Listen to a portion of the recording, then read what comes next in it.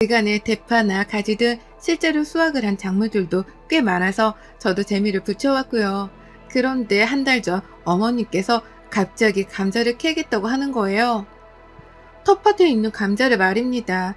그게 수확을 할 때인지도 저는 몰랐어요. 한창 물난리로 장마를 겨우 지나고 나니 어머님이 갑자기 텃밭이 걱정이 되었던지 수확을 꼭 해야겠다면서 더 큰 호미를 찾아대셨죠. 가지고 있는 호미로는 감자가 잘 캐질런지 모르겠다는 불만을 토로하시면서 말입니다. 어머님은 해야 하는 게 있으면 꼭 해야만 직성이 풀려하는 분이어서 저는 또 어머님 비위를 맞춰드린다며 힘든 거 무릅쓰고 장터에 나가 호미도 큼지막한 걸로 사다 드렸어요. 그리고는 어머님이 뭘 어떻게 수확을 하는지 일단은 지켜보기로 했습니다. 적어도 수확하는 동안만큼은 저한테 한숨을 쉴 일도 없을 테니 좋은 게 좋은 거다 싶었던 거죠. 그런데 밖에 나간 어머님의 한숨 소리가 집안에까지 들려오더라고요. 너무 거칠게 한숨 소리가 창문 너머로 들려오니까 제가 다 신경이 곤두설 지경이었습니다. 뭔 일이 있구나 싶어서 밖을 나가 보려고도 하다가 또 무슨 소리를 하면서 힘들다는 하소연을 할까 싶어 밖을 나가지 못한 채 애써 무시를 하고 있었어요. 일부러 창문도 닫고 노래까지 억지로 틀어놓으면서 말이죠. 하지만 결국 어머님의 불호령이 떨어졌습니다. 야, 너 좀 나와봐라! 라고 하면서 저를 급하게 불러대는 어머님의 호통소리에 깜짝 놀래하면서 마당으로 나갔어요. 그러자 무슨 일이 벌어졌는지를 알겠더라고요. 어머님이 그 큰 호미로다가 밭을 얼마나 헤집어 놓으셨던지 멀쩡한 작물들까지 다 아작이 났을 정도로 텃밭은 개판 5분 전이 되어 있었답니다. 가뜩이나 장마 때문에 한 번 밭이 뒤집어졌는데 그걸 또 다시 헤집어 놓은 바람이 이게 텃밭인지 씨름장인지 분간이 안 되더라고요. 그런데 더 큰 문제는 그게 아니었어요. 어머님의 목적은 감자를 캐는 것이었는데 아무리 캐도 감자가 나오지 않는다는 겁니다. 감자를 심었고 분명 알감자 비슷한 크기의 감자를 저도 목격했는데 왜 어머님은 아무것도 없다고 투정을 부리는 건가 싶어 아리송했어요. 그러다 결국 제가 제 눈으로 더 확인을 해야겠다며 어머님께 호미를 달라고 했죠. 저도 직접 감자를 캐보려는 의지를 눈앞에서 보여드리겠다는 의미였습니다. 그런데 어머님이 투정이란 투정을 부리고 한숨이란 한숨을 팍팍 쉬면서 호미를 제게 건네주려고 하는 그 순간 어머님이 호미를 놓쳐버리고 말았습니다. 한 손으로 큰 호미를 건네주다 방향 감각을 잃고 텃밭 위에서 비틀거리신 거예요. 그 바람에 호미는 바닥으로 떨어졌고 전 하마터면 그 큰 호미의 날에 발등이 찔길 뻔한 위험까지 감수해야 했습니다. 그런데 황당했던 점이 뭔 줄 아세요? 어머님이 그 와중에도 아찔해서 놀랬다거나 미안하다는 기색한번은 보이지 않더라고요. 그냥 라는 짧은 외마디, 정말 너무 짧아서 그게 한숨이었는지 놀래서 나온 외마디였는지 아니면 그냥 숨소리였는지조차 구분이 가질 않았을 정도였습니다. 그도 모자라 저는 발등에 찍힐 뻔한 호미를 보면서 여전히 놀래 마음을 추스리지 못하는 중이었는데요. 시어머니가 앞에서 저보다 더 큰 목소리로 화를 내는 거예요. 아유, 놀라서 나 허리 삐끗했잖냐 라고 말이죠.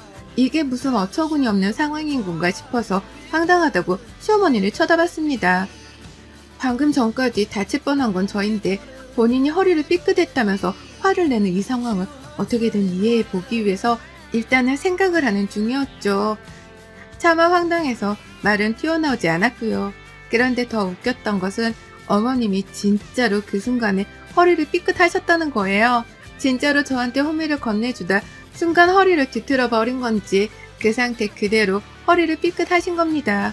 죽는 소리를 해가며 허리가 아프다고 난리부르스를 떠는 바람에 저는 호미의 발등이 찍힐 뻔했다는 탄식조차도 하질 못했어요.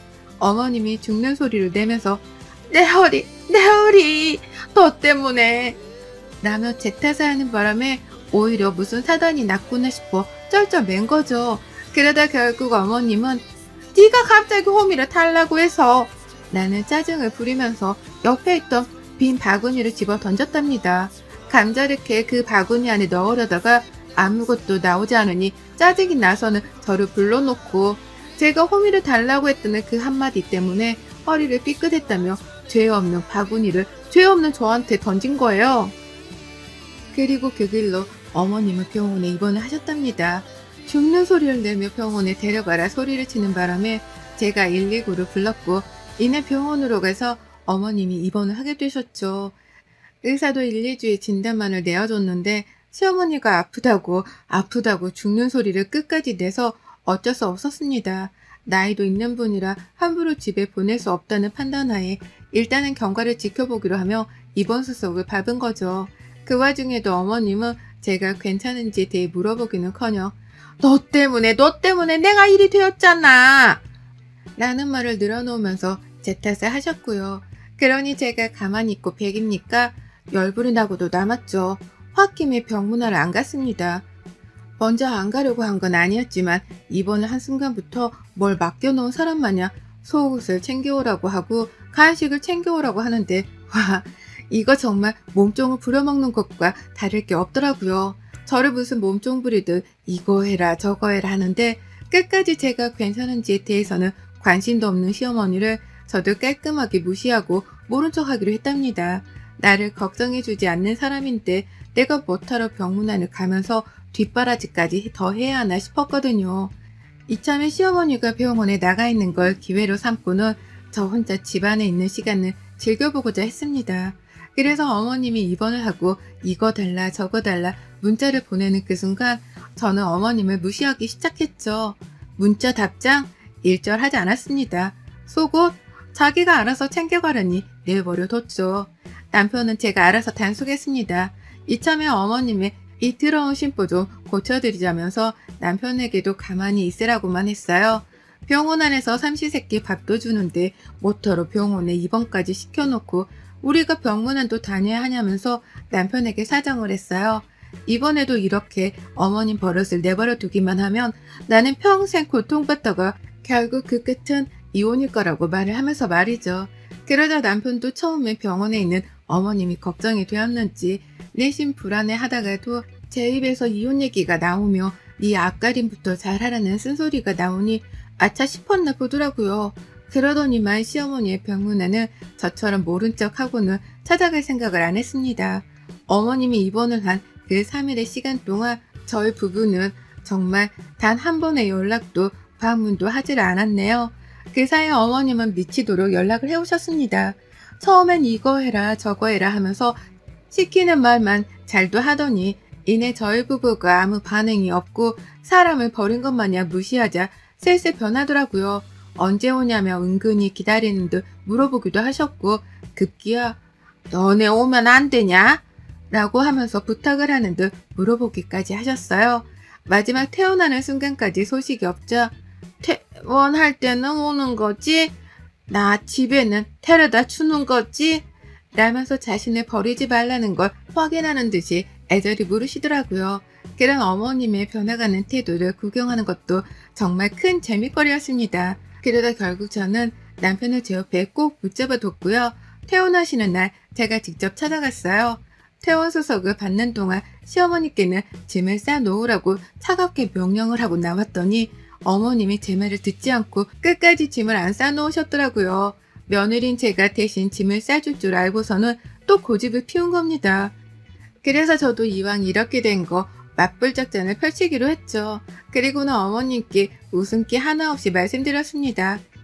어머님 안 계시는 동안 너무 편해서 이참에 어머님을 요양원이라도 보내드려야 하나 그 얘기를 나누느라 한동안 정신없었어요. 정말 그 안에 살고 싶으신 거 아니면 알아서 짐 당장 싸고 나오세요. 밖에서 택시 잡고 있으려니까. 라고 말이죠.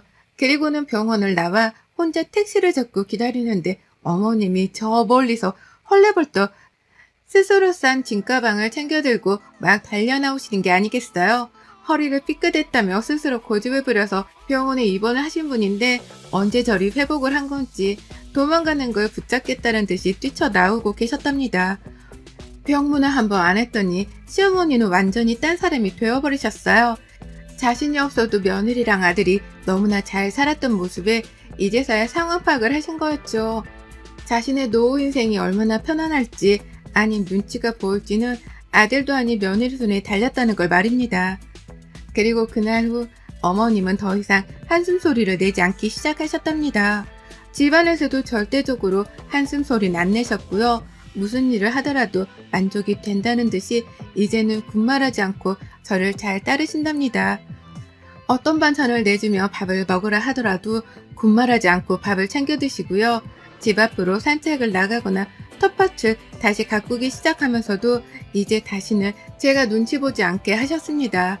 오히려 제 기분이 상할까 싶어 절대적으로 그 입을 조심하며 닫고 계시네요. 덕분에 저는 이제서야 학과 생활을 하며 처음으로 숨을 제대로 쉬고 사는 기분입니다.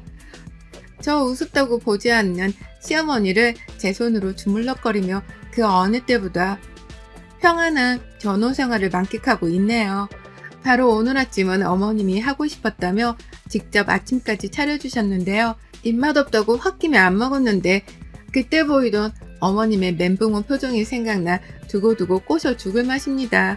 어디 어머님이 허리를 한 번 더 삐끗하셔서 병원에 입원을 할 일이 또 없는지 저는 요즘 어머님의 또 다른 입원 생활을 손꼽아 기다리는 중이네요. 여러분의 생각은 댓글로 남겨주세요. 오늘도 시청해 주셔서 정말 감사합니다.